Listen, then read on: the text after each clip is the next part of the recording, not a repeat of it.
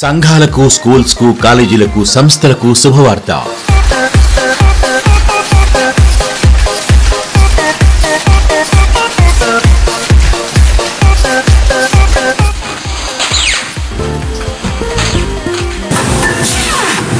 Print మరియు electronic మీడియాకు సంబంధించి టీవీ యాడ్స్, పాటలు, ప్రసంగాలు, public meeting announcements, audio video editing మరియు కరపత్రాలు, వాల్ పోస్టర్స్, పాటల పుస్తకాలు, మాసపత్రికలు, brochures, visiting cards, flex banners మరియు అన్ని రకాల ప్రింటింగ్ పనులకు సుదీర్ఘ అనుభవం గల స్వర్ణదీపిక ప్రెస్ ను సంప్రదించగలరు. డిజైన్ వర్క్స్, మ్యాటర్స్, ఫోటోలు, ఈమెయిల్స్ ద్వారా పంపగలరు. Email swarnadeepika1993@gmail.com. ఆన్లైన్ ద్వారా పేమెంట్లు, మీ ఊరికి పార్సిల్స్ డెలివరీ. నమ్మకం, బాధ్యత, త్వరిత డెలివరీ మా లక్ష్యం. సంప్రదించవలసిన ఫోన్ నంబర్స్ 9392135100 మరియు 8977723700.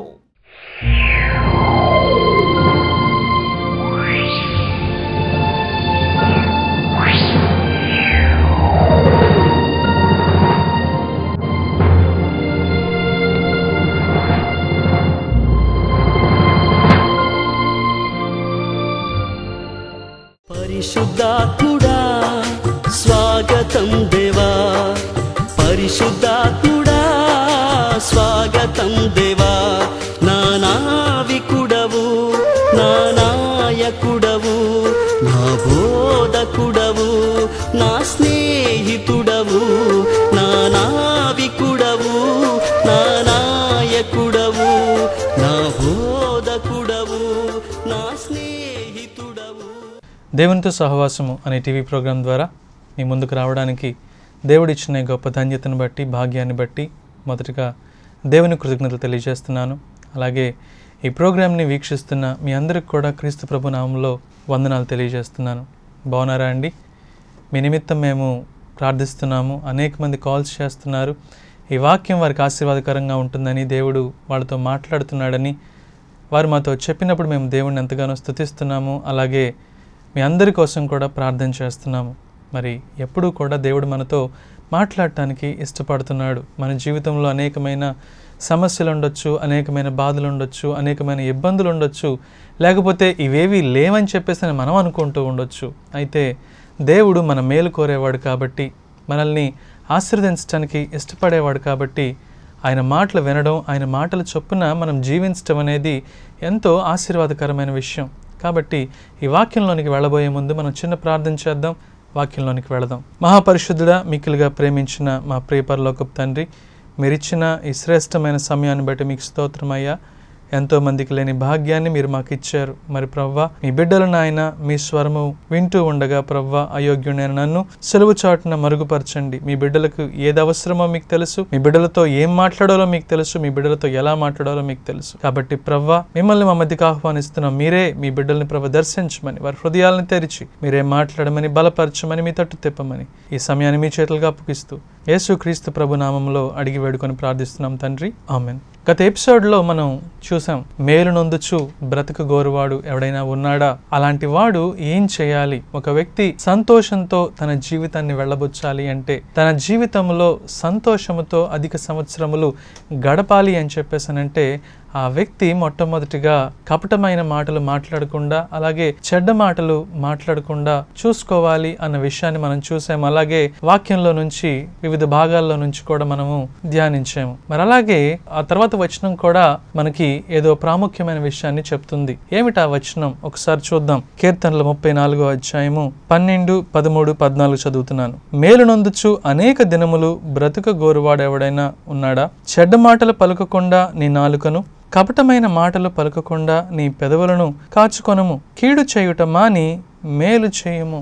మనం ఇంతకుముందు చూసాము, మాటలతో మనము ఎలా మాట్లాడకూడదో, ఎలా మాట్లాడాలో, తద్వారా మనం ఎలాగ మేలు పొందుకుంటామో, అలాగే మన మాటలు ఎలాగ ఇతరులకి దీవెనకరంగా ఉంటాయో అన్న విషయాన్ని మనం చూసాము. మనం మాట్లాడిన మాట ద్వారా మనం తీర్పులోనికి వస్తామని కూడా మనం చూసాము. అలాగే రెండో విషయం ఏమిటి అంటే, దేవుడు మనతో మాట్లాడటానికి ఇష్టపడుతుంది. మనము కీడు చేయుట మాని మేలు చేయాలి. మనము సంతోషంగా బ్రతకాలి అని చెప్పేసానంటే మనము కీడు చేయటం అని మేలు చేయాలి అని దేవుడు తన వాక్యం ద్వారా మనతో మాట్లాడుతున్నాడు. అవునండి, మనకి సంతోషాన్ని అనుగ్రహించేవాడు దేవుడు, మనకి సమాధానాన్ని అనుగ్రహించేవాడు దేవుడు, మన జీవితంలో అధికమైన సంవత్సరములను అనుమతించేవాడు దేవుడు. కాబట్టి మన జీవితంలో మనము బ్రతికే రోజులు అవి ఆనందంగా ఉండాలి అని కోరుకోవడం చాలా మంచిది. అలా ఉండాలి అంటే దేవుడు చెప్తున్న మాట, మనం కీడు చేయటమా అని మేలు చేయాలి. కీడు అంటే ఏంటి? కీడు అంటే హాని చేయడం. మన ద్వారా ఇతరులకి హాని జరగాలి అన్నది దేవుని ఉద్దేశము ఎంత మాత్రం కూడా కాదు.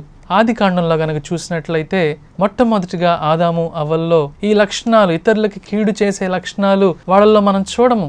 అయితే ఎప్పుడైతే వారి హృదయంలోనికి లేకపోతే వారి జీవితంలోనికి పాపము అనేది ప్రవేశించిందో వారి సంతానము లేకపోతే వారి నుంచి వారి తదనంతరము వాళ్ళందరూ కూడా వారి సంతానము కానీ వాళ్ళ డిసెండెంట్స్ కానీ వాళ్ళల్లో కీడు చేసే మనస్తత్వం వచ్చేసింది. హేబేలు సహోదరుడైన కయీను తన సొంత సహోదరుణ్ణి చంపివేశాడు. కీడు చేసే మనస్తత్వం. దేవుడు మనము కీడు చేయకూడదు అని చెప్పేసి కోరుకుంటున్నాడు. తన సహోదరుడికి కీడు చేసిన కయీన్ సంతోషంగా ఉన్నాడా? లేడండి. కయీను భయంకరమైన శాపానికి గురయ్యాడు. తద్వారా తన జీవితం అంతా కూడా ఎంతో నిరాశతో నిస్పృహతో గడిపాడు. అది కూడా ఒక జీవితమేనంటారా? ఎంత మాత్రము కాదండి. అందుగురించనే దేవుడు తన ప్రజలైన ఇశ్రాయేలుకి కొన్ని ఆజ్ఞలు ఇచ్చాడు, ధర్మశాస్త్రాన్ని ఇచ్చాడు, నియమ నిబంధనలు ఇచ్చాడు. దేవుడిచ్చిన 10 ఆజ్ఞల్లో మొదటి కొన్ని ఆజ్ఞలు కనుక మనం చూసినట్లయితే అవి దేవునికి సంబంధించినవి. మనిషి దేవుణ్ణి ఎలా పూజించాలి, మనిషి దేవుణ్ణి ఎలా ఆరాధించాలి, మనిషి దేవుణ్ణి ఎలా ప్రేమించాలి. ఆ మిగతా భాగంలో కనుక మనం చూసినట్లయితే మనిషి తన సహోదరులతో ఎలా మెలగాలి, తన సహోదరులతో ఏ విధంగా నడుచుకోవాలి, తన తల్లిదండ్రులతో ఎలా ప్రవర్తించాలి, తన సహోదరుని భార్యతో ఎలా ప్రవర్తించాలి, లేకపోతే తన సహోదరుని ఆస్తి పట్ల ఎటువంటి వైఖరిని కలిగి ఉండాలి. నువ్వు వ్యభిచరించకూడదు, నువ్వు దొంగిలకూడదు, నువ్వు నరహత్య చేయకూడదు, నీ పొరుగువాని మీద అబద్ధ సాక్ష్యము పలకకూడదు, నీ పొరుగువాని తగు దేనిని కూడా నీవు ఆశించకూడదు. ఇవన్నీ కూడా ఎవరికి సంబంధించినవి? పొరుగువానికి సంబంధించినవి. మనము ఇతరులతో ఎటువంటి సంబంధం కలిగి ఉండాలి, మనము ఇతరుల పట్ల ఎటువంటి వైఖరిని కలిగి ఉండాలి, ఎటువంటి వైఖరిని కలిగి ఉండకూడదు అనేవి వాటిల్లో రాయబడి ఉంది. ఒకసారి శాస్త్రులు పరిసయ్యులు క్రీస్తు ప్రభు దగ్గరికి ప్రశ్నించడానికి వచ్చారు. అలా ప్రశ్నించడానికి వచ్చి క్రీస్తు ప్రభుని అడుగుతున్నారు, బోధకుడా ప్రాముఖ్యమైన ఆజ్ఞలు ఏవి అని చెప్పేసానని క్రీస్తు ప్రభుని అడిగారు. అప్పుడు యేసుక్రీస్తు ప్రభు వెంటనే వారితో చెప్పిన మాట, మొదటిగా నీ దేవుణ్ణి ప్రేమించాలి, నీ పూర్ణ హృదయముతో, నీ పూర్ణ ఆత్మతో, నీ పూర్ణ బలముతో, నీ పూర్ణ వివేకముతో నీ దేవుణ్ణి ప్రేమించాలి. ఆ తర్వాతది చెప్తున్నాడు, నిన్ను వలె నీ పొరుగువానిని ప్రేమించుము. చూడండి దేవుడు ఎంత ఇంపార్టెన్స్ ఇస్తున్నాడు పొరుగువాని విషయంలో. ఎందు గురించి? మనల్ని చేసిన దేవుడు ఇతరులను కూడా చేశాడు. దేవుడు ఎక్కడ కూడా పార్షియాలిటీని చూపించేవాడు కాదు.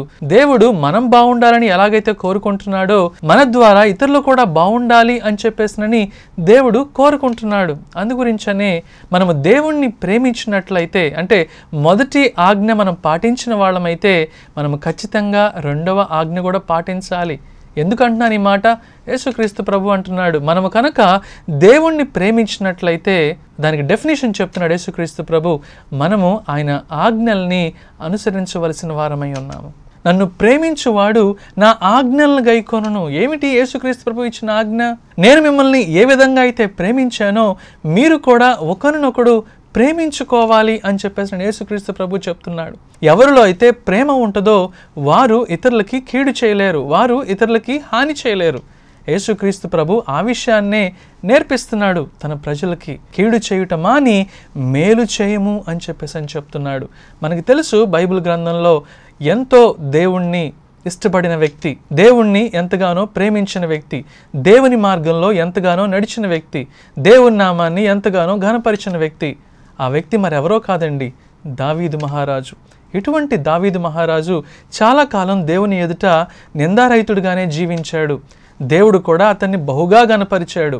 రాజ్యముల ఎదుట, ప్రపంచం ఎదుట ఆయన్ని ఒక గొప్ప మహారాజుగా నిలబెట్టాడు. కారణం, దావీదు దేవుణ్ణి ప్రేమించాడు, దేవుని ఆజ్ఞల్ని గైకొన్నాడు, దేవుడు చెప్పిన మార్గంలో నడిచాడు. అంతవరకు బాగానే ఉంది.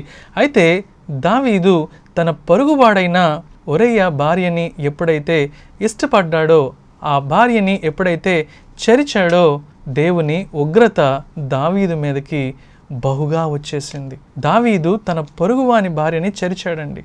అంతేకాదు దానికోసం అని చెప్పేసినని ఒరయ్యని కూడా చంపేశాడు. ఒరయ్య దేవుని దృష్టిలో ఎంతో నీతిమంతుడిగా కనపడుతున్నాడు. అటువంటి నీతిమంతుని దావీదు చెరిచేశాడు. చూడండి, మనిషిలో ఉండే స్వార్థము, మనిషిలో ఉండే పాప హృదయము మనిషిని ఏం చేస్తుంది అని చెప్పేసానంటే ఇతరులకి కీడు తలపెట్టే విధంగా చేస్తుంది. దావీదు మంచివాడే, దావీదు దైవజనుడే, అయినప్పటికీ కూడా అతనిలో కొన్ని బలహీనతలు ఉన్నాయి. ఈ బలహీనత మనిషిని ఏం చేసింది అంటే తన పొరుగువానికి కీడు చేసే విధంగా చేసింది. దావీదు చేసిన ఈ పని వలన దావీదును బహుగా శిక్షించాడు. దావీదు యొక్క 4 కుమారులు చనిపోయారు.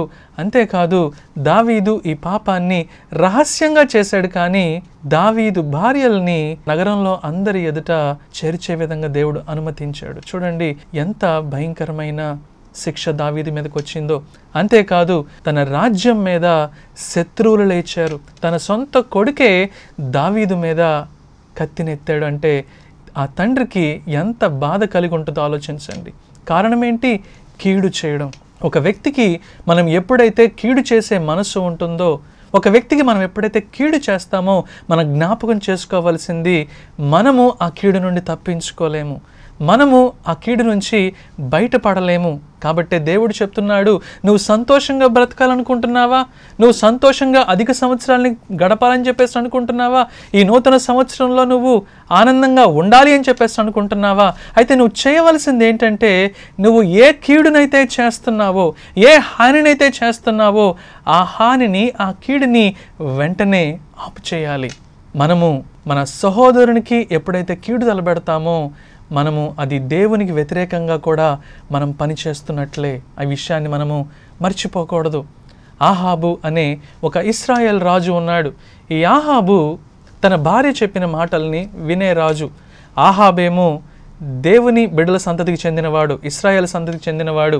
అయితే తను చేసుకున్న వ్యక్తి మాత్రము అన్య స్త్రీ. అటువంటి వ్యక్తిని చేసుకున్నాడు.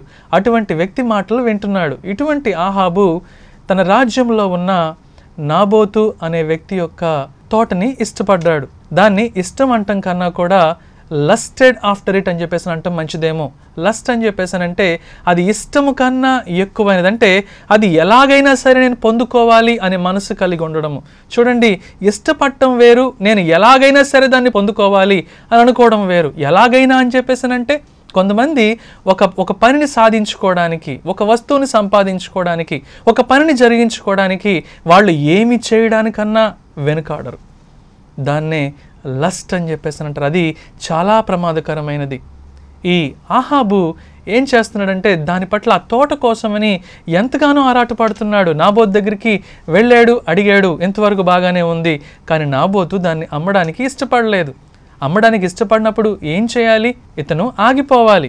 అయితే ఆహాబు అలా లేడు.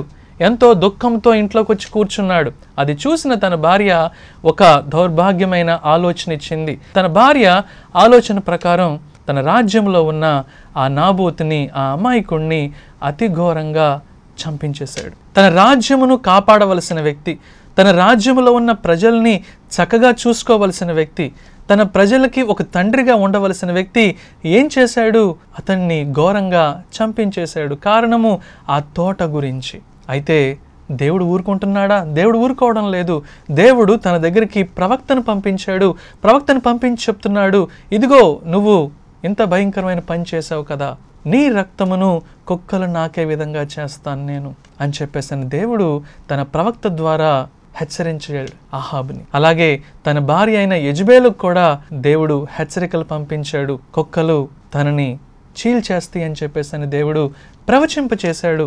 దేవుడు ఏ శాపాన్నైతే పంపించాడో, దేవుడు ఏ హెచ్చరికనైతే పంపించాడో అదే విధంగా ఆహాబు జీవితము సర్వనాశనం అయిపోయింది. యెజబేల్ జీవితము సర్వనాశనం అయిపోయింది. చూడండి, వాళ్ళ పొరుగువానికి వాళ్ళు ఏం చేశారు? కీడు తలపెట్టే ప్రయత్నం చేశారు. తన పొరుగువానికి కీడు చేశారు. అయితే న్యాయాధిపతి అయిన దేవుడు చూస్తున్నాడు అన్న విషయాన్ని మర్చిపోయారు. చూడండి, దేవుని వాక్యం పదే పదే మనతో ఏమని చెప్తుందంటే, ఆయన ఆకాశం మీద సింహాసనాసీనుడై ఉన్నాడు. మనుషులందరినీ కూడా ఆయన బహుజాగ్రత్తగా పరిశీలిస్తున్నాడు. దేవుని వాక్యం చెప్తుంది, ఇదిగో నేను త్వరగా వచ్చున్నాను, ప్రతి వానికి వాని క్రియల చొప్పున ప్రతిఫలం ఇచ్చుటకు వస్తున్నాను. దేవుడు మన క్రియల చొప్పున మనకి ప్రతిఫలం ఇవ్వడానికి వస్తున్నాను అని చెప్తున్నాడు. అంటే మన క్రియలు ఆయనకి తెలుసు. మన రహస్య క్రియలు ఎలా ఉన్నాయో, అవి ఎటువంటి ఉద్దేశం కలిగి ఉన్నాయో, అవి మేలు చేస్తున్నాయో కీడు చేస్తున్నాయో దేవునికి బహుస్పష్టంగా తెలుసు. దేవుడు చెప్తున్నాడు, మనము సంతోషంగా బ్రతకాలి అని చెప్పేసానంటే, సంతోషంగా ఉండాలి అని చెప్పేసానంటే, సంతోషంగా మన జీవితం ఉండాలి అని చెప్పేసానంటే, మనము చేయవలసింది మనం మేలు చేయాలి. మనం ఏ కీడునైతే చేస్తున్నామో ఆ కీడు చేయడము వెంటనే ఆపివేసేయాలి. ఇటువంటి పరిస్థితుల్లోనే ఒక అన్య సామ్రాజ్యం ఉంది, అసిరియా అని చెప్పేసినని, లేకపోతే అషూర్ దేశానికి సంబంధించిన నినివే అని చెప్పేసినని ఒక పట్టణం ఉంది. ఆ నినివే ప్రజలు దేవుని ఎదుట ఎంతో భయంకరమైన పాపాన్ని చేస్తున్నారు, దేవుని కోపాన్ని రేపుతున్నారు. అయితే తన ప్రవక్త అయిన యోనాని దేవుడు ఆ ప్రాంతమునకు పంపిస్తున్నాడు. ఎందు గురించి? వాళ్ళకి రాబోయే కీడు గురించి హెచ్చరించటానికి. ఈ యోనా ఆ ప్రాంతమునకు వెళ్ళాడు. ఆ నినివే ప్రాంతానికి వెళ్ళి 40 దినాలు బహుగా ప్రవచించాడు. దేవుని నామములో వాళ్ళ మీదకి రాబోతున్న కీడును గురించి ప్రకటించాడు. ఎప్పుడైతే యోనా దేవుడు చెప్పిన మాటల్ని ఆ ప్రాంతంలో చెప్తున్నాడో, ఆ ప్రాంతంలో గ్రహింపు వచ్చింది. దేవుడు చెప్పిన మాటలను బట్టి వాళ్ళు భయపడ్డారు. దేవుడు చెప్పిన మాటలను బట్టి వాళ్ళు వణికారు. దేవుని చెప్పిన మాటలను బట్టి జాగ్రత్త పడ్డారు. ఏం చేశారు అని చెప్పేసానంటే, ఆ దేశమంతా కూడా రాజు మొదలుకొని సామాన్యుడి వరకు జంతువులతో సహా అన్నపానములను విడిచిపెట్టేసి ఉపవాసాలుండి వాళ్ళు ఏ కీడునైతే చేస్తున్నారో ఆ కీడుని చేయడం ఆపేశారు. అదండి దేవుడు ఎక్స్పెక్ట్ చేస్తుంది. దేవుడు తన వాక్యాన్ని పంపిస్తున్నాడు, తన హెచ్చరికలను పంపిస్తున్నాడు. ఎందు గురించి? తాను ఏ కీడుని మనిషి మీదకి పంపించాలి అని చెప్పేసి అనుకుంటున్నాడో ఆ కీడుని జరగకుండా ఆపటానికి. దేవుడు ఎందుకు కీడుని పంపిస్తాడు మన మీదకి? ఎంతోమంది ప్రార్థిస్తూ ఉంటారు, ప్రభువా దాని నుంచి తప్పించు, దీని నుంచి తప్పించు అని చెప్పేసి ప్రార్థన చేస్తున్నారు. ఒక విషయం జ్ఞాపకం చేసుకోవాలి, దేవుడు అనుమతించకుండా ఏ కీడు కూడా నీ దాకా రాదు. దేవుడు అనుమతించకుండా ఏ ప్రమాదము కానీ ఏ అపాయము కానీ నీ దాకా రాదు. దేవుడు ఎందుకు అనుమతిస్తాడు? ఈ విషయాన్ని మనం జ్ఞాపకం చేసుకోవాలి. అందుకే దేవుడు చెప్తున్నాడు, కీడు చేయుట మాని మేలు చేయుట ప్రారంభించు. ప్రియ సహోదరుడా, ప్రియ సహోదరి, దేవుడు నీతోనే మాట్లాడుతున్నాడు. ఈ నూతన సంవత్సరంలో నీ జీవితం ఎలా ఉంది? నీ భార్య పట్ల నీ వైఖరి ఎలా ఉంది? నీ భర్త పట్ల నీ వైఖరి ఎలా ఉంది? నీ కుటుంబం పట్ల నీ వైఖరి ఎలా ఉంది? బయట వ్యక్తుల పట్ల నీ వైఖరి ఎలా ఉంది? దేవుడు చెప్తున్నాడు, కీడు చేయుట ఆపు, మేలు చేయుట ప్రారంభించు. ఈ నినివే ప్రజలు చేసింది ఏంటంటే, దేవుని మాటలు కేవలం వినడం కాదు కానీ ఆ మాటలు విని వణికి దేవుని మాటకు లోబడ్డారు. అంటే కీడు చేయడం ఆపేశారు, పాపము చేయడం ఆపేశారు, దేవునికి ప్రార్థించడం మొదలుపెట్టారు, ఉపవాసంతో తమను తాము తగ్గించుకున్నారు. ఎప్పుడైతే ఆ విధంగా తమను తాము తగ్గించుకున్నారో ఎవరు చూస్తున్నారండి? The lord is watching them. దేవుడు మనుషుల్ని చూస్తున్నాడు. మనం మేలు చేస్తున్నా సరే దేవుడు చూస్తాడు, కీడు చేస్తున్నా సరే దేవుడు ఖచ్చితంగా చూస్తాడు. మరి వాళ్ళు ఏం చేస్తున్నారు? దేవుని మాటకి విధేయత చూపించారు కాబట్టి, ఏ కీడునైతే చేస్తున్నారో ఆ కీడుని ఆపివేశారు కాబట్టి, మేలు చేయడం ప్రారంభించారు కాబట్టి, ఆ దేవుడు చేసింది ఏంటంటే వాళ్ళ మీదకి ఆయన రప్పించాలి అనుకున్న కీడుని రప్పించకుండా ఆప్ చేశాడు. చూడండి ఎంత మంచి విషయం ఇది. మన జీవితంలో కూడా మన క్రియలు మనల్ని ఏమి సంపాదించుకునే విధంగా చేస్తున్నాయి? మనము ఏది విత్తుతామో అదే కోస్తాము అని చెప్పేసి దేవుని వాక్యం చెప్తుంది. మనము ఎటువంటి విత్తనం విత్తుతామో అటువంటి పంటనే కోస్తాము. ఒక విధమైన క్రియల్ని మనం విత్తుతూ మరొక విధమైన భవిష్యత్తుని మనం సొంతం చేసుకుంటాము అని మనం ఎంత మాత్రము అనుకోకూడదు. అందుగురించే దేవుడు చెప్తున్నాడు, మనం బాగుండాలి అనే దేవుని యొక్క ఉద్దేశము, మనం సంతోషంగా ఉండాలి అనే దేవుని యొక్క ఉద్దేశము, మనము సమాధానంతో బ్రతకాలి అనే దేవుని యొక్క ఉద్దేశము. అయితే అలా బ్రతకాలి అని చెప్పేసానంటే కీడు చేసేవాళ్ళుగా హాని చేసేవాళ్ళుగా ఉన్నట్లయితే మనము సంతోషంగా బ్రతకలేము. మనము సమాధానంతో బ్రతకలేము. ఏ క్షణంలో అయితే ఎప్పుడైతే మనం ఇతరులకి హాని చేస్తామో ఆ హాని మనం మీద కూడా వస్తుంది అన్న విషయాన్ని మనం ఎన్నడూ కూడా మర్చిపోకూడదు. అంతేకాదు మరొక కేటగిరీ ఉంది. వాళ్ళు ఎటువంటి వారంటే కీడుకి ప్రతి కీడు చేయడం. నిజమే, వాళ్ళు నాకు ఈ పని చేశారు కదా, వాళ్ళు నా మీద ఈ విధంగా మాట్లాడారు కదా, వాళ్ళు నాకు వ్యతిరేకంగా ఈ క్రియను చేశారు కదా, కాబట్టి నేను వాళ్ళకి ఇటువంటి క్రియ చేస్తాను. మనం వాళ్ళని అడిగితే ఎందుకు ఇలా చేస్తున్నారని జస్టిఫికేషన్ వాళ్ళు ఏమని మాట్లాడతారంటే, వాళ్ళు నాకు ఇది చేశారు కాబట్టి నేను కూడా వాళ్ళకి అటువంటిదే చేస్తాను. ప్రియ సహోదరుడా, ప్రియ సహోదరి, నీవు నిజంగా సంతోషమైన జీవితాన్ని జీవించాలి అనుకుంటే దేవుని మార్గములో నడవక తప్పదు. నువ్వు నిజంగా సమాధానకరమైన జీవితం జీవించాలి అని చెప్పేసి అనుకుంటే దేవుని మాట వినక తప్పదు. దేవుడు ఏమని చెప్తున్నాడు? ప్రతిఘటించమని దేవుడు చెప్పటం లేదు. దేవుడు దెబ్బకి దెబ్బ వేయమని చెప్పటం లేదు. మరేమని చెప్తున్నాడు? Love your enemies. నీ శత్రువుల్ని సైతము నువ్వు ప్రేమించాలి. శత్రువులు ఏం చేస్తారు? కీడు చేసేవాళ్ళుగా ఉంటారు, మనకి హాని చేసేవాళ్ళుగా ఉంటారు. క్రీస్తు ప్రభు ఏమని చెప్తున్నాడు? Learn to love your enemies. నువ్వు నీ శత్రువుల్ని ప్రేమించు. Bless those who curse you and pray for those who persecute you. నిన్ను ఎవరైతే హింసిస్తున్నారో వారి కోసం నువ్వు ప్రార్థన చెయ్యి. నిన్ను ఎవరైతే అవమానిస్తున్నారో వారిని నువ్వు ఆశీర్వదించు అని చెప్తున్నాడు. ఇది మనకి ఎంతో కష్టంగా ఉంది కదండి. ఇది కష్టంగా ఎవరికి ఉండదు అని చెప్పేసానంటే, ఎవరైతే క్రీస్తు ప్రభువుని వ్యక్తిగతంగా తెలుసుకుంటారో అటువంటి వారికి మాత్రమే ఇది కష్టంగా ఉండదు. ఎందుకో చెప్పమంటారా? దేవుని వాక్యం చెప్తుంది. ఏమని చెప్తుందంటే, మనము ఇంకనూ శత్రువులుగా ఉండగానే. అదేంటండి, మనము దేవునికి ఎలాగ శత్రువులుగా ఉంటాము? అవునండి, ఏ వ్యక్తి అయితే పాపం చేస్తాడో ఆ వ్యక్తి దేవుని మీద తిరుగుబాటు చేసేవాడుగా ఉంటాడు. ఏ వ్యక్తి అయితే కీడు చేస్తాడో ఆ వ్యక్తి దేవుణ్ణి అవమానించే వ్యక్తిగా ఉంటాడు. దేవుని మాటని నిర్లక్ష్యం చేసేవాడుగా ఉంటాడు. క్రీస్తు ప్రభు మనం ఇంకనూ పాపులుగా ఉండగానే, మనం ఇంకనూ శత్రువులుగా ఉండగానే, మన క్రియలు ఇంకా నిర్జీవమైనవిగా అసహ్యమైనవిగా దేవుని ఎదుట కనపడుతూ ఉండగానే దేవుడు చేసిన పని ఏంటంటే తన ప్రియ కుమారుణ్ణి మన కోసం పంపించాడండి.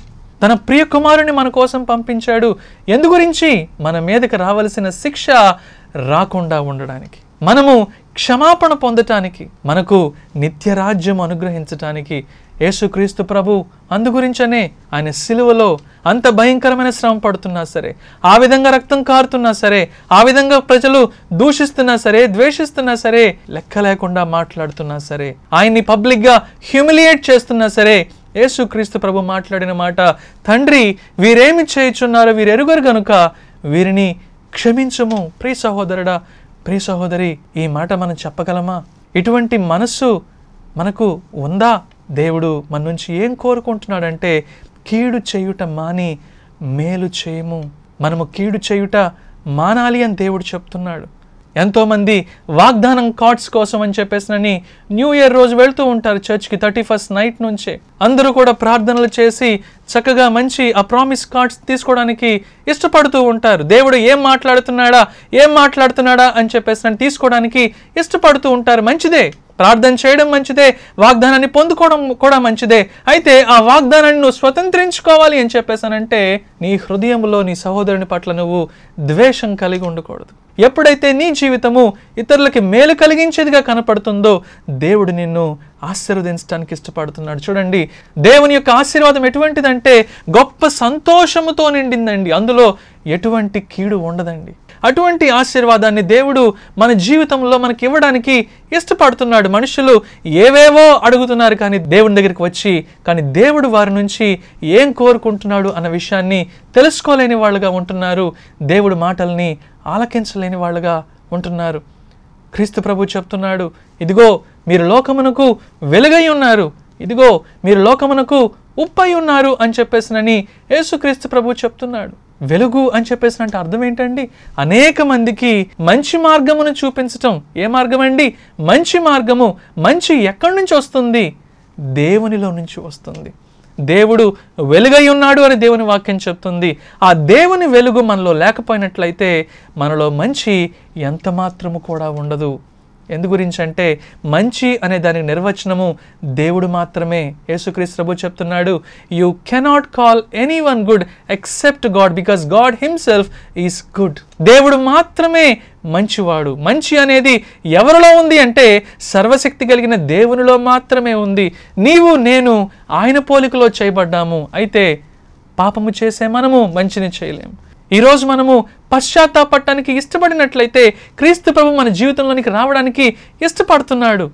మేలు చేసే సామర్థ్యంలో లేకపోవచ్చు, దేవుని ఎదుట మంచిగా జీవించే సామర్థ్యంలో లేకపోవచ్చు, కానీ ఎప్పుడైతే క్రీస్తు ప్రభు మన జీవితంలోనికి అడుగు పెడతాడో in that very moment the spirit of God will work in us. దేవుని యొక్క ఆత్మ మనలో పనిచేయడం మొదలు పెడుతుంది. ఆ మంచితనం ఎవరిది? దేవుని మంచితనము మనలోనికి వస్తుంది. దేవుని లక్షణాలు మనం కలిగి ఉంటాము.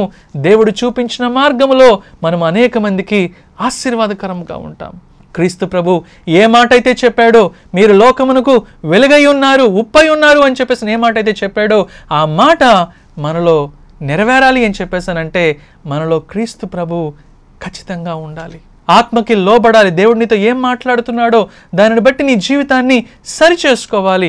ఒకవేళ కనుక నీ క్రీస్తు ప్రభు తెలియకపోయినట్లయితే ఈరోజు దేవుడు నీతో మాట్లాడుతున్నాడు, నీకు ఒక అవకాశం ఇస్తున్నాడు. నీ జీవితాన్ని సంతోషంతో నింపే అవకాశము. నీవు కీడు చేయటం మాని మేలు చేయాలి. కొంతమంది చెప్తూ ఉంటారు, మా వల్ల కావడం లేదండి, మా నేచర్ మారడం లేదండి. ఎలా మారుతుంది? ఎప్పుడు మారుతుంది? నిజమైన పశ్చాత్తాపము. నువ్వు చేస్తున్న పనులు అవి దేవుని ఎదుట ఏ విధంగా ఉన్నాయో నువ్వు అర్థం చేసుకున్నట్లయితే దేవుడు నీకు సహాయం చేస్తాడు అర్థం చేసుకోవడానికి. నువ్వు దేవుని ఎదుట నిజమైన పశ్చాత్తాపం కనుక కలిగినట్లయితే, క్రీస్తు ప్రభు సహాయం అడిగినట్లయితే ఆయన నీకు తన ఆత్మనిచ్చి నీ జీవిత విధానాన్ని మారుస్తాడు. నువ్వు మేలు చేసే వ్యక్తిగా మారుతావు. ప్రియ సహోదరుడా, ప్రియ సహోదరి, దేవుడు ఈరోజు అటువంటి వ్యక్తిగా నువ్వు ఉండాలని చెప్పేసి కోరుకుంటున్నాడు. God wants you to be a great blessing.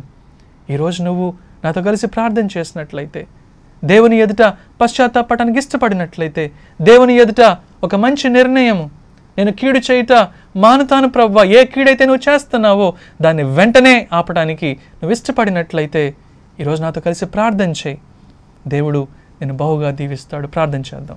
మహాపరిశుద్ధుడా, మమ్మల్ని మిక్కిలిగా ప్రేమించిన మా ప్రియ పరలోకపు తండ్రి, ఈరోజు నాయన మీ వాక్యం ద్వారా మాతో మాట్లాడుతూ ఉన్నారు ప్రభువా. కీడు చేయటం మాని మేలు చేయము అని ప్రభువా మీరు చెప్తున్నారు. అవునయ్యా, మేము సంతోషంగా బ్రతకాలి అంటే, మేము నాయన సంతోషముగా దేవా ఎక్కువ కాలం బ్రతకాలి అని చెప్పేసానంటే, మేము నాయన కీడు చేయటం మాని మేలు చేయాలి అని ప్రభువా ఈరోజు మీరు మాతో మాట్లాడుతున్నారయ్యా. ఎంతమంది అయితే ఈ వాక్యాన్ని చూస్తూ ఉన్నారో అటువంటి వారిలో నాయన దేవా కీడు చేస్తున్న వారు ఉన్నట్లయితే దయతో ప్రభువా నా తండ్రి ఆ కీడు చేయడం ఆపి మేలు చేయటం నేర్పించండి. దేవా వారు నాయన పాప క్షమాపణ పొందుటకు కృప చూపించండి. ఎటువంటి వారినైనా క్షమించటానికి మీరు ఇష్టపడుతున్నారు. మేము నాయన నిజమైన గ్రహింపుతో నిజమైన పశ్చాత్తాపంతో మీ ఎదుటకు వచ్చినట్లయితే మమ్మల్ని క్షమించి నాయన మా జీవితంలో సంతోషాన్ని నింపడానికి మీరు ఇష్టపడుతున్నారయ్యా.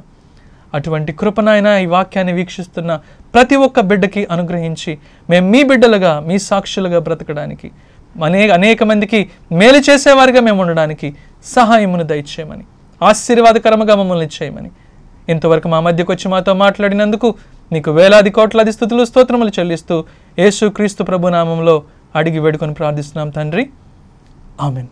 దేవునితో సహవాసము టీవీ ప్రేక్షకులకు మరొకసారి క్రీస్తు ప్రభు నామంలో వందనాలు తెలియజేస్తున్నామండి. మీరందరూ కూడా వాక్యాన్ని వింటున్నారు, చాలా మంచిది. శ్రద్ధగా ఆలకిస్తున్నారు, ఇంకా మంచిది. అయితే విన్న వాక్యాన్ని బట్టి దేవునికి లోబడండి. దేవుడు ఏ ఆశీర్వాదాన్ని అయితే మీకు ఇవ్వాలి అని అనుకుంటున్నాడో దాన్ని పొందుకోండి. అంతేకాదు ఈ వాక్యం మీకు ఆశీర్వాదకరంగా ఉన్నట్లయితే మీరు మీకు తెలిసిన వాళ్ళకి, మీ బంధువులకి, మీ స్నేహితులకి ప్రార్థనాపూర్వకంగా పరిచయం చేయండి. దేవుడు మిమ్మల్ని ఆశీర్వదించును గాక. God bless you. మా చిరునామా brother Ravindra Babu Dhonipati, flat number 102, Apoorva residency, Sitaram Nagar, Patamatlanka, Vijayawada. Pin code 520010. మా ఫోన్ నంబర్స్ 0866 247 8355, 814340 5150, 9959495599. నా నావికుడవు, నా నాయకుడవు, నా బోధకుడవు, నా స్నేహితుడవు.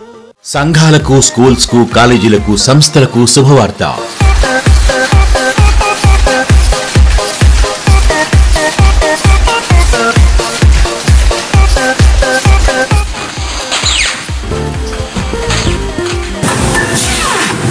ప్రింట్ మరియు ఎలక్ట్రానిక్ మీడియాకు సంబంధించి టీవీ యాడ్స్, పాటలు, ప్రసంగాలు, public meeting announcements, audio video editing మరియు కరపత్రాలు, వాల్ పోస్టర్స్, పాటల పుస్తకాలు, మాసపత్రికలు, brochures, visiting cards, flex banners మరియు అన్ని రకాల ప్రింటింగ్ పనులకు సుదీర్ఘ అనుభవం గల స్వర్ణదీపిక ప్రెస్ ను సంప్రదించగలరు.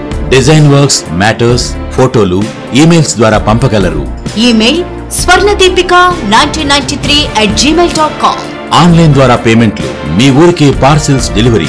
నమ్మకం, బాధ్యత, త్వరిత డెలివరీ మా లక్ష్యం. సంప్రదించవలసిన ఫోన్ నంబర్స్ 9392135100 మరియు 8977723700.